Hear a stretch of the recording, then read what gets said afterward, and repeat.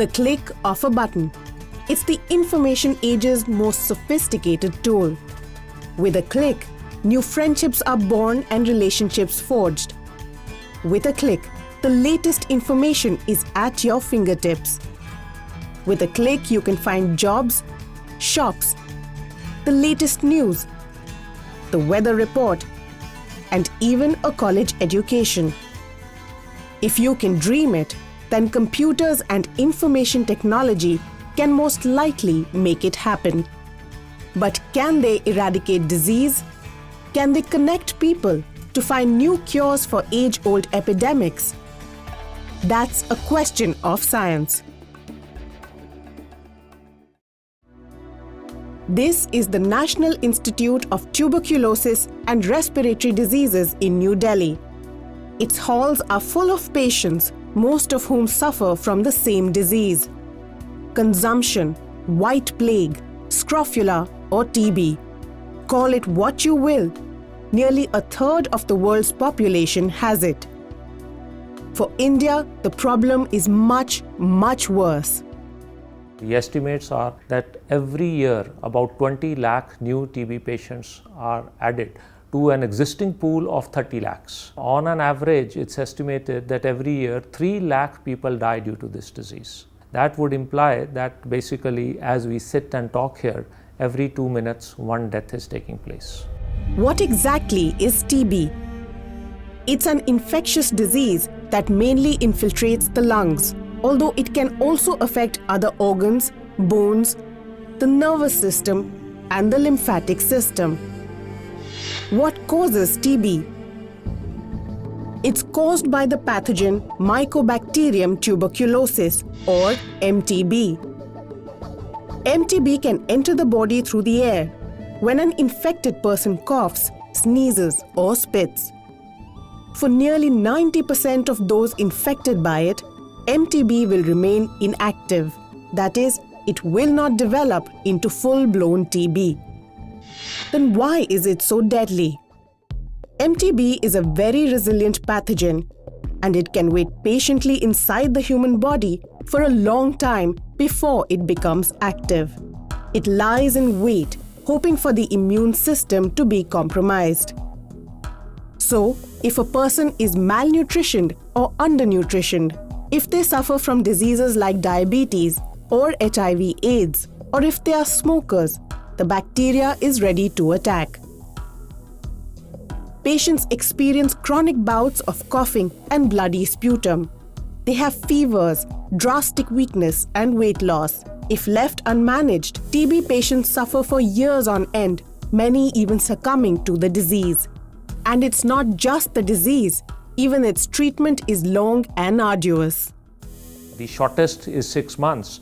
And I would say that when we talk of short course chemotherapy of 6 months, it's really not short course, because for any individual to continuously take treatment for 6 months is a Herculean task. And most of the people, they may not be able to continue on with this treatment, and they default, they interrupt their treatment, and that again, when happens, leads to the other problem, which is drug-resistant TB.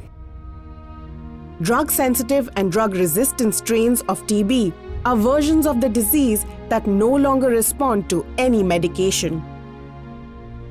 In recent years, these new and deadly strains have added to the TB epidemic in India. And what could potentially be a 100% curable disease now is in danger of becoming 100% incurable. But behind this shocking public health statistic is an equally shocking fact. In this modern age of cutting-edge science and innovation, there has been no new TB drug for the last 50 years. Is there a lack of scientific knowledge or research breakthroughs in TB? Not exactly. The reason lies in how new drugs are discovered the world over. Discovering new medicines and making sure they reach patients is a time-consuming and expensive affair. Most drugs take a decade, if not more, from first discovery to reaching a chemist near you. In the West, where many drugs are made, producing this new drug can cost anywhere between 800 million to 1 billion US dollars. That's why it's a task that only a few big pharmaceutical companies take on. But if they're making big investments, they're also looking for big returns. You have to look at diseases like TB, malaria, leishmania, dengue, filariasis. There is no business in this because they are, by and large, affects the lower socioeconomic strata or people who have high risks. So when there is no risk, wherein there is no business, how can a big pharma justify working in that area? With big pharmaceutical companies unable to throw their weight behind neglected diseases, you think there's little hope left for finding new TB treatments. But that's where you're wrong. Meet Professor Sameer Brahmachari, one of India's foremost biologists renowned for his study of genomes using advanced computing. Having worked on the genome of Mycobacterium tuberculosis, he felt a deep desire to shake the status quo of drug discovery. We promised as a genomic scientist to the world that we will be able to give you affordable healthcare and a better drug. And I felt very ashamed as being a champion of genomics that we haven't been able to give to the tuberculosis patient a new drug, which is 47 years, there's no new drug. Professor Brahmachari asked a simple yet radical question. If the task of finding a TB drug was so huge that pharmaceutical companies couldn't do it, what if the whole world was invited to lend a hand? His solution seemed just as radically simple. Crowdsourcing. Crowdsourcing is a concept as old as the hills. It's the idea that big problems can be solved collectively by inviting individuals to contribute their skills and knowledge. Perhaps the earliest evidence of crowdsourcing in healthcare was in ancient Babylonia, where it is said that unwell patients were left in the middle of town for passers-by to provide diagnosis and treatment. While Dr. Brahmachari's idea was not quite as drastic, it did throw open the challenge of drug discovery to the entire scientific community, all thanks to the internet. In this globally networked world, entire communities conduct their social and even professional interactions in the virtual world. Whether it's maintaining friendships, looking for a job, shopping, banking, or getting the latest news, we're all part of a massive web of shared information. Software developers have been using the concept of open source for decades now, inviting developers from all over the world to solve computing issues by sharing key source codes. Could this open source connectivity also be used in drug discovery? For this, we must first understand how drug discovery happens. It all begins with a thorough study of what causes diseases like TB. In this case, it's the pathogen Mycobacterium tuberculosis or MTB. Scientists study the inner workings of this bacterium by studying its genome in great detail. What does this mean? Imagine the genome as a detailed map of a city called MTB. It provides all the information to understand how MTB works. By zooming into this map, one can decipher the different streets, junctions, and highways that each have a different function and character. Knowing this entire genomic map, rather than just one or two roads inside it, empowers drug discoverers in a new way. How? Professor Brahmachari draws parallel with an equally big and complex problem. How did we build such fantastic aircraft, 787 Dreamliners and all? And imagine what efficiency with these machines work. This machine was built in computer. Earlier, Wright brothers' time, it was prototype. You try and fail till Second World War. What happens to drug discovery? Drug discovery is still sitting in the Wright brothers era. drug discovery for tuberculosis may be stuck in a different era, but its genomics has moved far beyond. In 1998, the MTB genome was sequenced for the very first time using massive computational power. The data generated allowed scientists to find special targets or proteins in the genome that were critical for the survival and functioning of the bacterium. Why was the discovery of targets so significant? Once targets are identified, drug developers can look for their inhibitors. As the name suggests, these are chemical compounds or molecules that stop target proteins and in turn MTB from functioning. If such inhibitors were found and proven to be non-toxic to humans, then they could actually be made into drugs for TB. And so, just like software developers use open source to create new software, Professor Brahmachari had the idea to use open source for the hunt for targets and inhibitors. On 15 September 2008, the Open Source Drug Discovery Project was launched under the aegis of the Council of Scientific and Industrial Research, or CSIR. OSDD CSIR began as an experiment that no one in the world had tried before. It raised many questions. Would scientists want to share their research openly with the world? Would they be willing to subject their life's work to intense public scrutiny? Would they also be willing to forego the profits that come from patent royalties? No one knew what the outcome would be, but one thing was clear.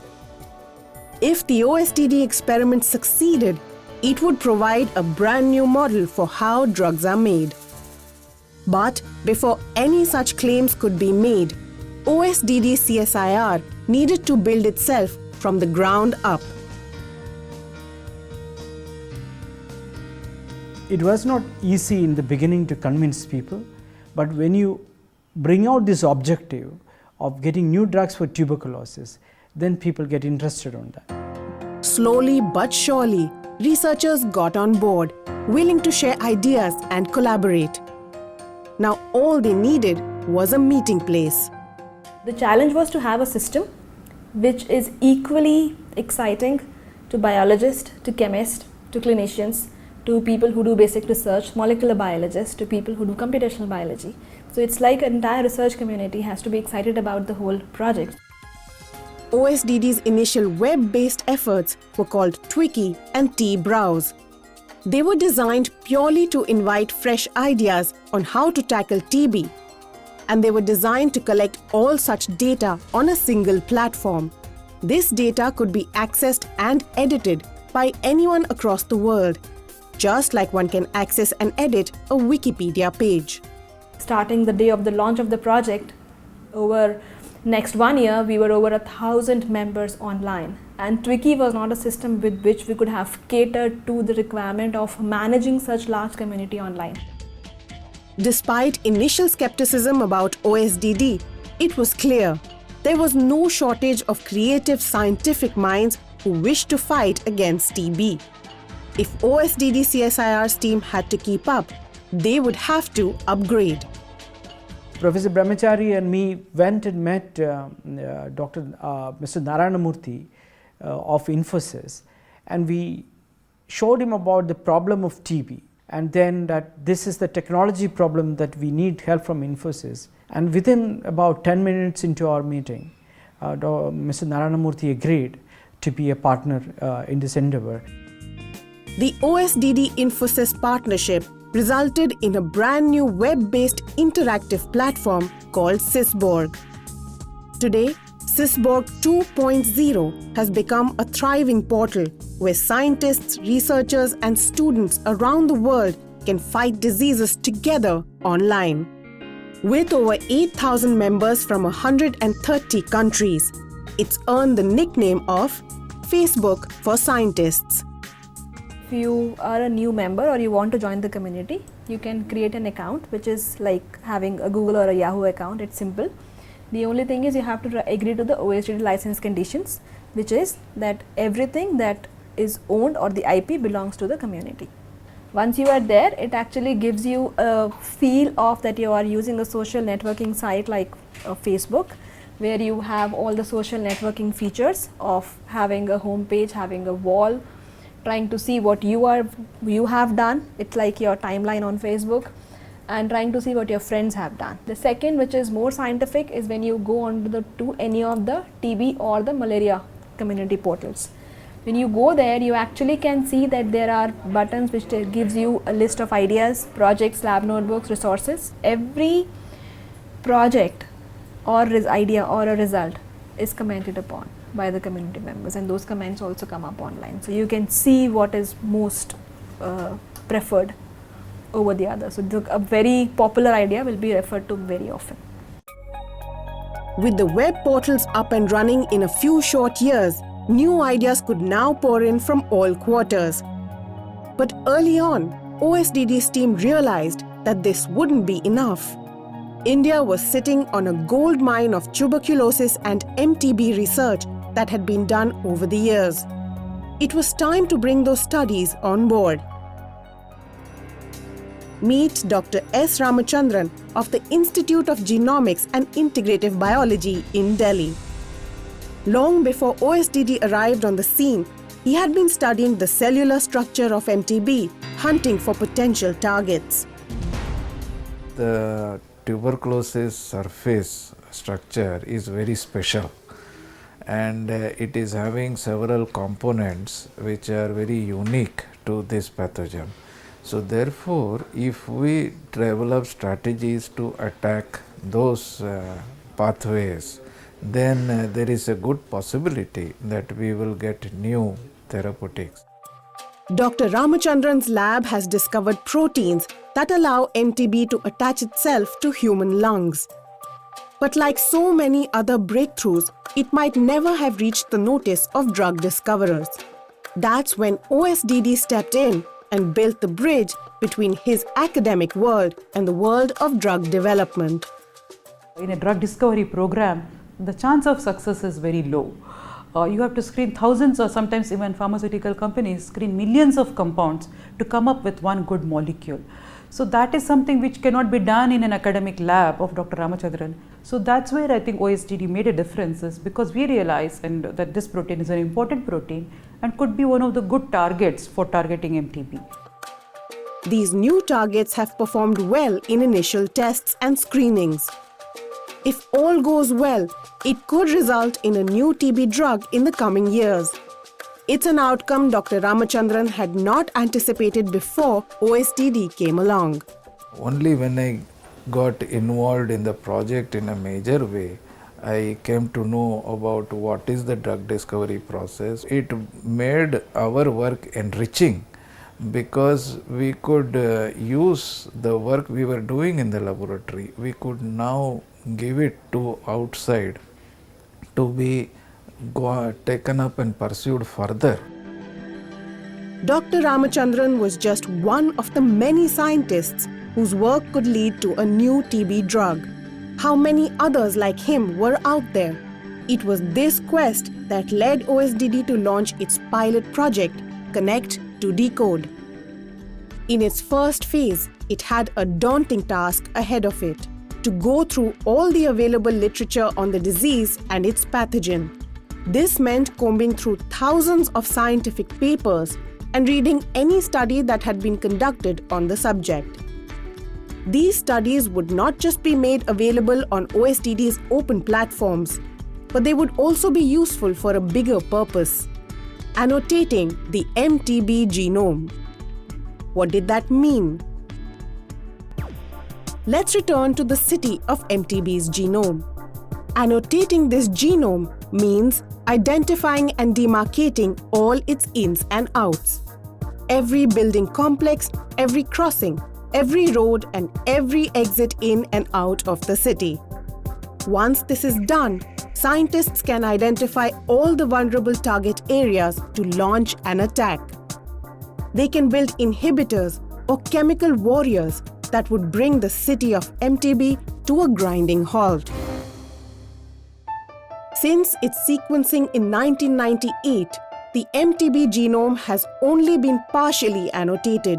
with nearly 1,000 of its 4,000 genes still to be understood. Now, in 2008, it was time to complete the job. But this was not going to be an easy task. This, unlike any other scientific project, there was a deadline even before we began the project. So the deadline was in April 2010. We already announced an international conference where we promised to launch this data. So we actually went about putting kind of a sword on our neck right from day one that we have committed globally that in next 4 months we'll be releasing the first cut of our annotations. Who would complete this incredible job? No single individual or even group could do it in such tight deadlines. Once more, OSDD's founders had an out-of-box idea involving crowdsourcing. You don't need PhDs and super smart kids to solve problems and do things. If you build a portal where average good students who are motivated, especially in the rural India, second-tier towns in India, they can be attracted to do science. It is a two-way process. One, you are getting them to do something useful. Simultaneously, they are benefiting and learning how to do science. We gave a call to all universities and colleges and other research institutions who are working in the field. I wrote personal letters to the principals and vice chancellors requesting them to encourage their students to participate in this. OSDD's open call drew in about 1,200 applicants from all over India. They had 3 key jobs: collecting all scientific publications and data on TB, annotating the MTB genome, and helping identify new drug targets. Of the initial 1,200 applicants, only 114 made the final cut. They would now have to do a job usually done by PhD students and seasoned researchers. And so, OSDD launched a massive online program that made for the most unconventional classrooms. So it's unconventional because it was being done online. It was virtual. It's unconventional because material was being developed on the fly, collaboratively by team leaders who are also working from different geographical places. Mostly it was Indian students, but you do have people who contributed globally as well, and that's why it's unconventional. Can we use Science 2.0 as an education 2.0? I think that was a remarkable success. People thought it will not be possible, there will be poor quality, standard will not be maintained. But you will be surprised, our kids, when you put a lot of people together, actually they correct each other. By the end of phase 1 of Connect to Decode, OSDD's army of researchers had managed to make significant new contributions to our knowledge of MTB. In doing so in record time, it had carved a firm place for the open source model of drug discovery. OSDD CSIR's legion of researchers had discovered nearly 40 new MTB targets. These were 40 new candidates for drug discovery and 40 new windows of opportunity. How could these new discoveries contribute to the hunt for TB's cure? That's a question of science that can only be answered next time. If you'd like to share your feedback on today's program, please send your suggestions and comments to Vigyan Prasar, C24, Qutub Institutional Area, New Delhi 110016, or you can mail us at info@vigyanprasar.gov.in.